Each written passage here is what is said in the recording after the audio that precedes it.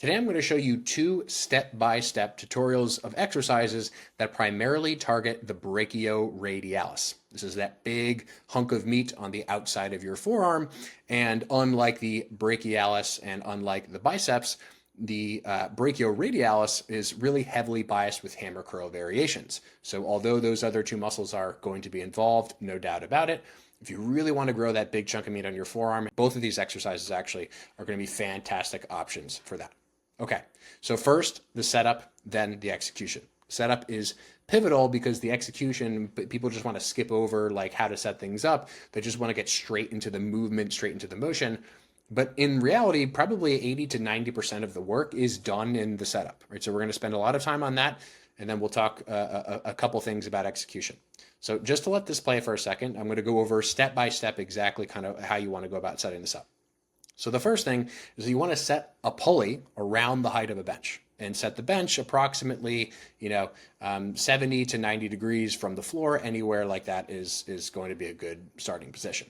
So keep in mind that while I am using a free motion trainer right here where the pulley is here, you could just imagine that you had like a normal cable column like this. You just drag a bench over, angle the pulley basically, not totally the same height as the bench, as long as it's sort of close to that area, you'll be good to go. So that's step number one.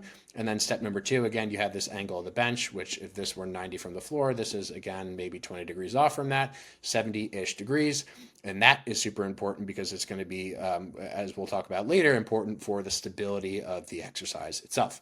Now, step number two, because these are hammer curls, we need to use a neutral grip. So this is a technique that I like to use. And what you'll notice is I basically taken the plastic of the handle, I shove it aside, and all I do is I loop my hand through with a light grip on the handle itself. I'll play that one more time just before we move on because sometimes it can be a little bit tricky to actually figure out. Again, whatever side you pull the handle to, you'll just use your intuition, right? You want to be able to grab the handle. So if I'm going to shove my right hand in this case, I'm going to put the handle to the left. And then basically throughout the motion and throughout the curl itself, all I'm going to do is just allow this webbing to basically rest against this part of my hand. I have a light grip on the handle itself with my fingers just to get some extra stability through my hands, my forearms. But for the most part, that webbing is basically just going to rest there. Right? So once you've done that, you've got the proper setup. Now it's time to actually pay attention to your anchor points and your stability points. The main stability point, this is super important, is where this arrow is pointing, which is basically just close to the elbow itself, but not actually on the elbow, right? You don't want to actually plant the bone. You want to plant basically right above the bone, basically toward the bottom end of the triceps. And you also don't want to be sort of just slumping your armpit over the bench itself, aside from the fact that it's kind of gross and you'll want to be sharing armpit juices with other people. The stability aspect of this is going to be most easily, most efficiently accomplished if you have this sort of lower part of the upper arm, aka the triceps tendon area down there.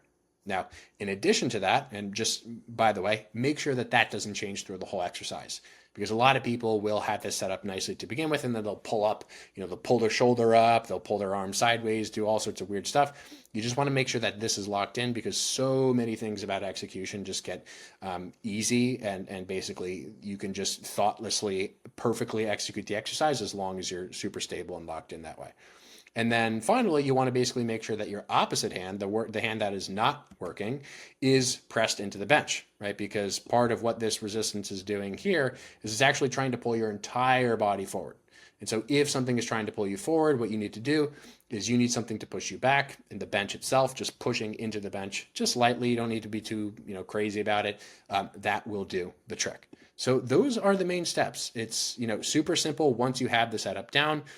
One more thing that I do want to comment on is if this point on the back side of your arm starts to get uncomfortable, like the pressure on this side of the back of the upper arm gets uncomfortable, a simple thing that you could do is just to raise the cable height a little bit. That will angle the resistance a little bit less downward and a little bit more kind of forward. Sure, will it change where the motion is hardest? Yeah, a little bit, but you don't want to not be able to do the motion with an appreciable amount of load just because the pressure on your arm is a little bit uncomfortable in any way. Okay, so just know that all the setup tips, execution tips I'm giving here aside from a couple of things like use a neutral grip and aside from, anchor the back of the arm, feel free to adjust, the resistance upward and downward. Feel free to adjust the bench angle. Feel free to adjust the distance front to back that the bench is actually aligning relative to the pulley. All those things, they're not hard rules, but the principles that we were discussing around just the neutral grip, the stability, and actually doing a curling motion, right? Those are non-negotiables. So what you'll notice in my cable setup, this is just how I prefer it, I like to have the cable heaviest around this point in the range of motion. So what you'll notice is that here's the resistance, and when the resistance is roughly 90 degrees from the forearm, that's when the cable is creating the most amount of resistance torque on our elbow, i.e. that makes that portion of the motion the heaviest. And I like to make the cable 90 degrees or heaviest in the motion when my upper arm is not sort of fully bent, right? When it's kind of between being, 90 degrees and straight. So if straight is kind of like this, and 90 is somewhere here, you see that the forearm is kind of maybe a little bit closer to straight than it is to 90 degrees, kind of somewhere in between. But again, play around with that, see what feels best for you, see what feels most comfortable for you, and just kind of see how that evolves over time as load increases. So the dumbbell variation, not too different. Obviously, principally, it is exactly the same. You'll already notice I'm using a neutral grip. You'll already notice that I'm sort of bracing with my opposite hand here against the bench. I'm almost sort of slumping my body weight down and onto the backside of my upper arm, as you can see back here. And then obviously I'm just doing a curl like curls should be done, right? Straight up and down in this case relative to gravity, not sort of side to side. We'll see from a different angle in just a second. But all the cues, all of the principles you already kind of are familiar with, right? Now that we've just looked at that cable curl variation, here I'm telling you all, and I'll move myself over here, anchor the arm on the side of the bench close to the elbow, right? Same exact principles. And this is the beautiful thing about principles, right? Is like from exercise to exercise, you don't have to, recreate principles, right? Principles by definition apply across all exercises. So if you don't have the exact access to the exact equipment, maybe you don't have a comfortable bench, maybe it's weird for you to sit on the floor, right? You can just simply recreate these concepts in different settings, knowing, again, those major principles that we talked about. So if I let this play, we'll see it from kind of one more angle here, the one that I was referring to earlier, which is this angle. You want to make sure that relative to the bench, this is one of the things that is particular about this exercise that the cable doesn't really require as much of, which is just the coordination of you not rolling your arm this way and not rolling your arm this way, right? So what you'll notice is that the dumbbell, right here, my forearm and my upper arm, they're all kind of forming this boom straight line here, which is 90 degrees from the bench. So don't be angled so that the dumbbell wants to fall this way or wants to fall this way. That will feel super unstable and weird, and you're not going to really be able to use very much load at all.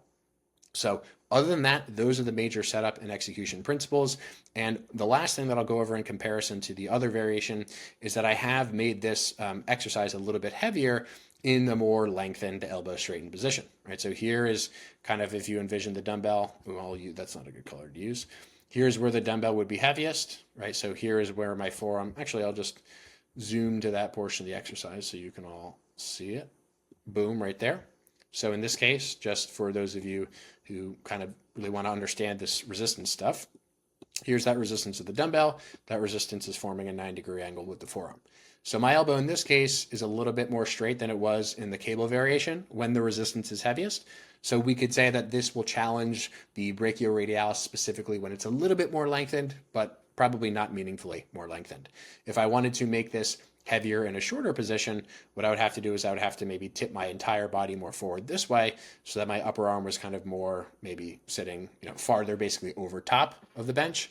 In that case, I would basically probably just, stand up and jam my arm against a wall if I wanted it to be less heavy in this elbow straightened position, because that's the whole reason we're doing either one of these curl variations, is to basically challenge the muscle more when it's a little bit more stretched and when it's a little bit stronger.